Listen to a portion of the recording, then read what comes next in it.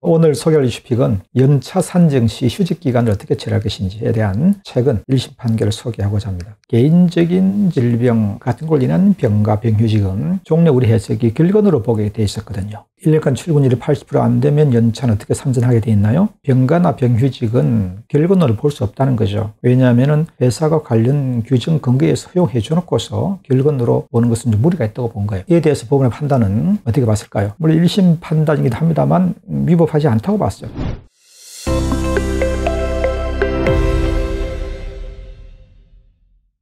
안녕하십니까. 오늘 소개할 이슈픽은 연차 산정 시 휴직기간을 어떻게 처리할 것인지에 대한 최근 1심 판결을 소개하고자 합니다.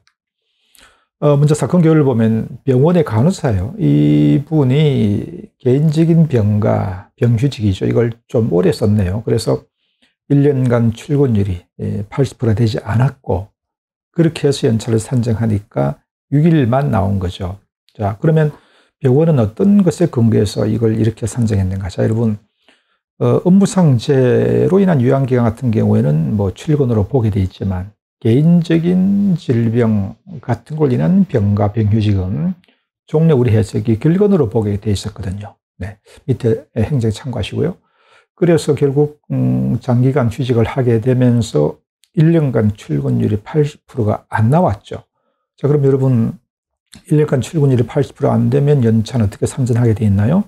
정상 출근한 월 개근한 달 하루 이렇게 산정하게 돼 있고 그렇게 하니까 이 근로자가 정상 출근한 달이 6개월밖에 안 되고 그래서 6일로 부의한 케이스로 보시면 되겠어요. 이에 대해서 원고는 이런 주장을 합니다. 뭐라고 하느냐? 병가 병휴직은 결건으로 볼 수 없지 않느냐. 자, 근거가 있죠. 여러분 밑에 노동부 행정해석을 보시면요.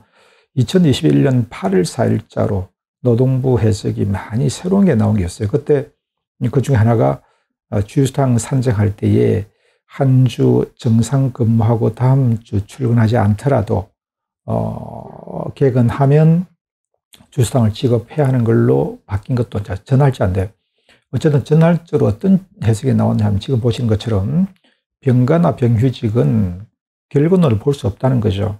왜냐하면 회사가 관련 규정 근거에서 허용해 줘놓고서 결건으로 보는 것은 좀 무리가 있다고 본 거예요.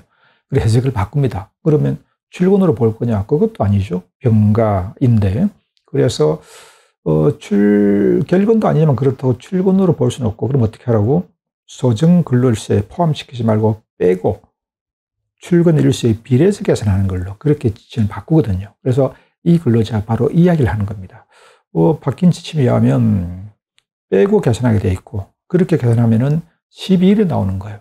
그러면 당초 회사가 6일만 부여했기 때문에 차이 난 6일을 다시 부여해달라, 즉 수당을 지급해달라고 하는 소송으로 볼 수 있습니다. 이에 대해서 법원의 판단은 어떻게 봤을까요?